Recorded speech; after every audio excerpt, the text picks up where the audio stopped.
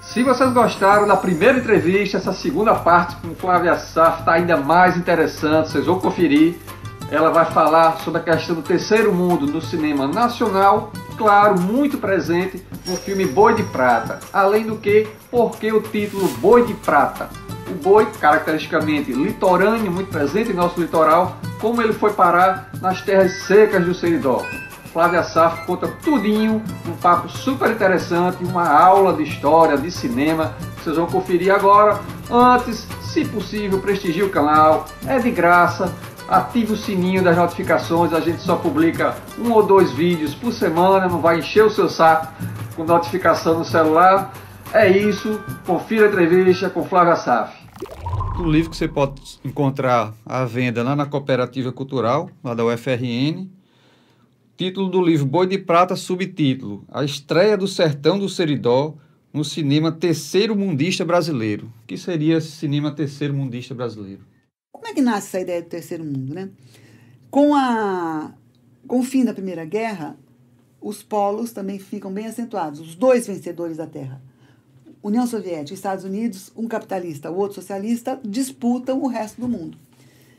E os países do hemisfério sul, que tinham sido colônia, né, daquele período de colonização do século XIX, estavam começando a emancipação e temiam ser dragados ou por um ou por outro, entendeu? Sair da colonização da França, da Alemanha, da Bélgica e passar para a mão de um ou de outro. Já tinha acontecido isso na Indochina, né? A Indochina deixa de ser colônia francesa e passa a ser o Vietnã, que era ligado à União Soviética. Então, eles se reúnem em Bandung, em 56, para, se apoiarem na tentativa de fazer o mundo entender que eles queriam ser autônomos, né? Nações autônomas e sem o perigo de voltarem a ser colonizados por qualquer uma das potências.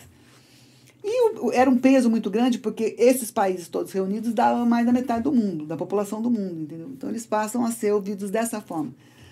A América, que tinha, as Américas todas, que tinham passado por esse processo de independência já ali no século XIX, no século XVIII, XIX, ainda continuava dependente do capital estrangeiro. Então, estava precisando de um outro processo de libertação, que não era mais o político, mas era o econômico. Então, eles aderem a essa ideia de terceiro mundo, né?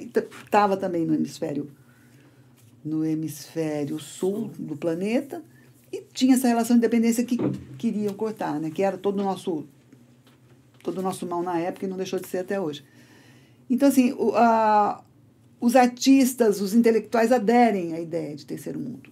E o filme, muito, né? O filme, qual é a ideia do terceiro mundo, né? Que, assim, a Europa racional, que pensa logo existe, né? Não aceitava nada que não fosse racional, como a cultura europeia. Então, se você fosse negro africano, que cultuasse seus ancestrais, se você fosse cigano, que você não...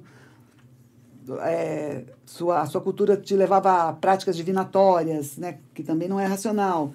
Se você fosse um índio americano, né, que, imagina, né, não fazia parte dessa cultura europeia e europeizada, como nós aqui. Então, nada disso tinha valor, né? Não era racional, não pensava, não existia. Então, o filme ele faz um pequeno terceiro mundo no Seridó, né? Você vai ver que, bem claro quais são os polos. Você tem o filho do grande proprietário, o personagem que chama Eloy Dantas, né? Que ele é filho de um grande coronel, vai estudar fora do país, vai estudar em Londres. Quando volta, quer fazer um projeto de mineração, né? De xelita, de outros minérios, porque ele achava que o minério é que ia dar poder, o minério ia fazer ganhar eleições, como diz o personagem. Mas tinha um veio do minério na terra de um vaqueiro, que esse vaqueiro tinha ganhado a terra do pai dele, do coronel, e ele queria tirar o vaqueiro dali, e o vaqueiro não queria sair, ele não queria vender, ele não queria nada, ele queria a terra dele, que é um valor, né? É um valor, a terra é um valor. O cara tem uma vida dificílima, sujeita a seca, não sei o quê, mas ele quer aquela vida, né? Porque aquilo é a cultura dele. Então, os personagens que são antagonistas desse capitalista, desse oligarca, quais são? É o vaqueiro, é o poeta que escreve os cordéis, os ABCs, como ele chama, é a negra catibozeira, né, que é a Maria dos Remédios, que sabe lá mexer com as plantas, com as ervas e também com a religiosidade, com a coisa da espiritualidade, são os ciganos. Ele monta, para antagonizar com o fazendeiro, com o herdeiro das fazendas, ele monta um time de terceiro mundo, dos não brancos. Né? E aí eles vão... Não ocidentais. E assim, foi uma das coisas que me intrigou no filme, assim, que revolução é essa? Que é uma revolução que não propõe mudança. É uma revolução para tudo ficar como está. Né? E isso me incomodava. E eu cheguei à conclusão do Terceiro Mundo um dia, por acaso, que eu estava assistindo o filme de novo. Aí, quando sobe os créditos, ele data. Ele fala Caicó, 1980, Nordeste brasileiro, Terceiro Mundo. Né? Aí foi a chave. Né? E aí, estudando a coisa do Terceiro Mundo, que eu cheguei no Frantz Fanon e que depois eu cheguei nos cineastas brasileiros que tinham lido o Fanon. Então, ele faz um terceiro mundo no filme. Os moradores da zona rural de Caicó são os terceiro-mundistas contra as nações imperialistas, entendeu? Porque tem uma hora que ele encontra com os estrangeiros que estão fazendo, que estão com ele na coisa da ação da mineração. É muito claro, né? Essa é a presença do terceiro mundo no filme e no cinema brasileiro. Ele faz a coisa do terceiro mundo até na equipe, né? O ator principal é do Rio Grande do Norte, a Lenice Queiroz. Tem 2 atores baianos, Álvaro Guimarães e a Fátima. A atriz, a musa do cinema novo, que é do Rio Grande do Sul, mas era uma mulher negra, que era a Luísa Maranhão, que foi assim, um grande chamariz para o filme dele. E toda a equipe técnica, toda não, mas assim, grande parte da equipe técnica, a grande maioria, é nordestina. Você tem Amaro Bezerra, daqui, maquiador. Você tem a prima de Augusto Ribeiro Júnior, que é a Núbia, que foi figurinista. Você tem o cenógrafo, que é o Lúcio. Você tem Jussara Queiroz, que foi assistente de edição dele. O editor é o Severino Dadá, que é pernambucano. O outro ator que faz o vaqueiro é um paraibano. Enfim, ele juntou um monte de gente do Rio Grande do Norte e de outros estados do Nordeste para fazer esse filme. E a cereja do bolo é a trilha de Mirabodantas, né? Que é assim, uma coisa linda, são as músicas lindas, a poesia é de um cara do Maranhão. E a trilha foi premiada aqui no Fest Natal, aqui em 85, 84, 85, quando teve o festival aqui. A trilha é maravilhosa. E a gente conseguiu dar uma restaurada no áudio, né? Conseguiu, nessa cópia, a gente vai poder ouvir a trilha, os efeitos sonoros. Os músicos que fazem efeitos sonoros são da banda de Elba Ramalho, são também da Paraíba. Quer dizer, ele fez um pequeno terceiro mundo, tanto na tela quanto fora da tela. Além do terceiro mundo presente no filme, a gente tem um elemento curioso ali também, que é o boi. O boi, caracteristicamente mais litorâneo, presente ali no seridó, na cultura seridoense. Então, o boi calemba, ele é uma das versões, né, do Bumba Meu Boi, né? O boi calemba é o Bumba Meu Boi do Rio Grande do Norte. Ele é brincado, né, porque ele é uma brincadeira, mas no litoral, né? O que está no filme, por exemplo, é aqui de São Gonçalo do Amarante. É o boi pintadinho de São Gonçalo do Amarante. O boi... É o de São Gonçalo? São Gonçalo. É o pintadinho do mestre Pedro Gajiru. E ele assim, o boi faz parte da história de Caicó, né? Caicó é um lugar, Caicó e Currais Novos ali, foi colonizado, esses lugares o Seridó foi colonizado porque vinha o boi do Piauí, né? Vinha andando, parava em Currais Novos e Caicó para engordar, né? E depois para ser levado para a região de Engenhos, para Recife, para Paraíba, engordava um pouco para poder chegar lá e ser vendido por um preço bom, porque ele já está com um pouco de peso e tal. Porque imagina, bater do Piauí que está aqui a pé. E o boi está na origem, né, do Seridó. Pelo menos o Seridó Potiguar, o boi faz parte da origem. A lenda de origem de Caicó fala do boi, é muito interessante. Ela fala que a lenda é o seguinte: o espírito do índio encarna no boi, né?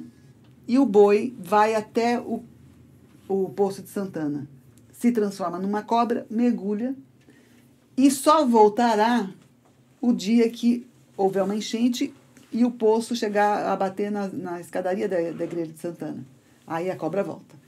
Quer dizer, quando você analisa essa lenda, por que o espírito do índio encarnou no boi? Porque o índio estava morto, né? Se tivesse índio vivo, ele subia no boi, né? Então, assim, o boi matou os índios. A cultura do boi foi a grande briga. Você tem a Guerra dos Bárbaros, que é uma coisa que acontece no Nordeste inteiro, que era a guerra de guerrilha.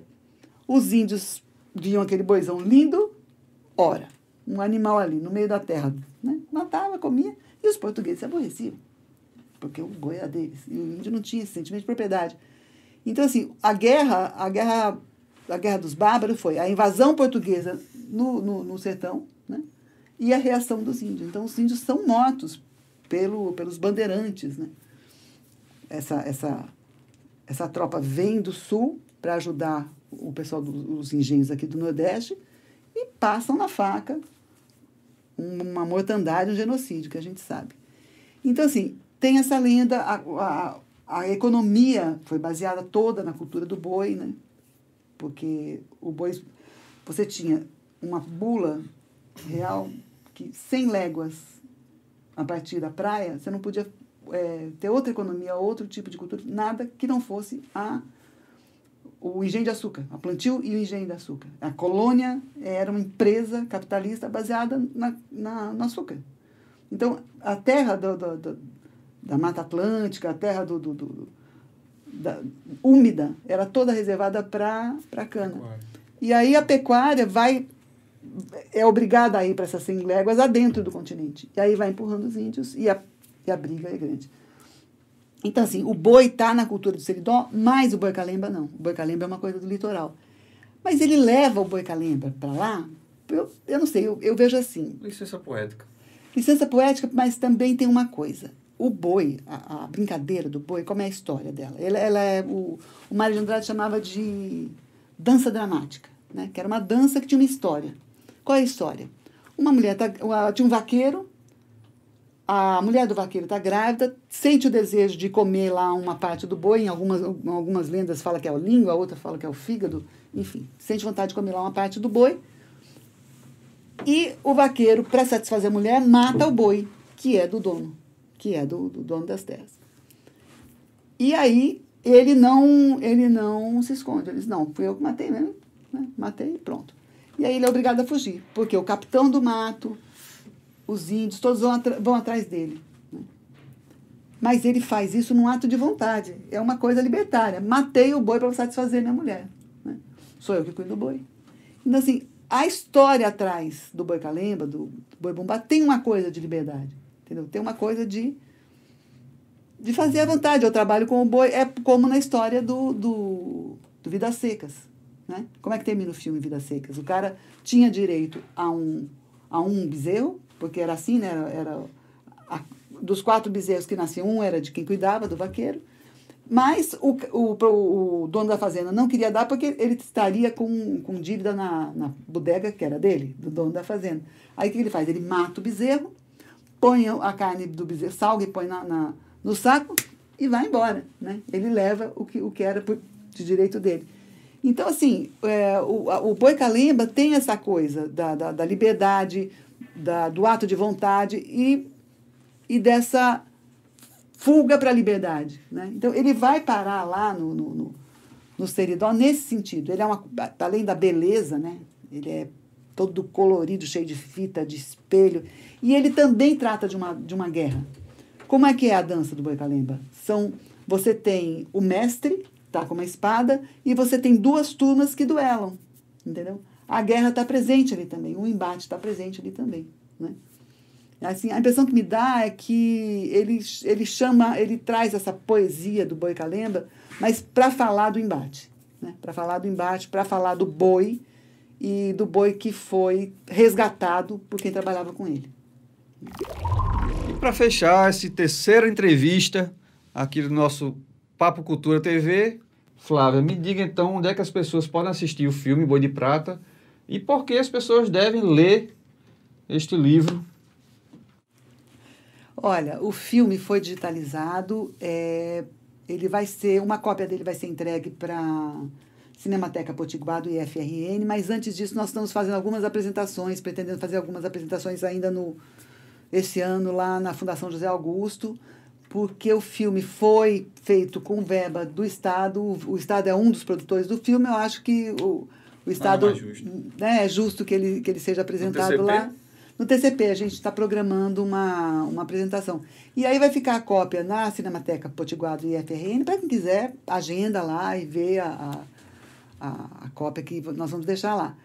E assim, vamos tentar fazer outras apresentações mais assim, para mais gente e tal, porque tem muita gente que quer ver. O livro é o resultado de um mestrado, então assim, ele tem alguma coisa acadêmica, tem algumas chatices acadêmicas no meio, mas ele está numa linguagem fácil, ele traz um pouco da história do autor, traz um pouco da história do momento do Rio Grande do Norte, do Brasil, o que era o período da ditadura militar. Tem muita informação da cultura local e da história, tanto do Rio Grande do Norte quanto do Brasil. E tem um pouco da análise das cenas, né? A gente faz um pouco da análise fílmica, que vai ser muito interessante, principalmente para quem já tiver visto o filme digitalizado, né? É isso. Encontram na livraria lá da Cooperativa Cultural no campus e na livraria Manimbu. Nova livraria Manimbu, inaugurada lá por trás da Fundação José Augusto. É isso, muito obrigado então, Flávio. Eu que agradeço. Muito legal. Ô, meninos. Cinema! Deixa mais aquele tempinho para pegar aquelas mais... O que você quer?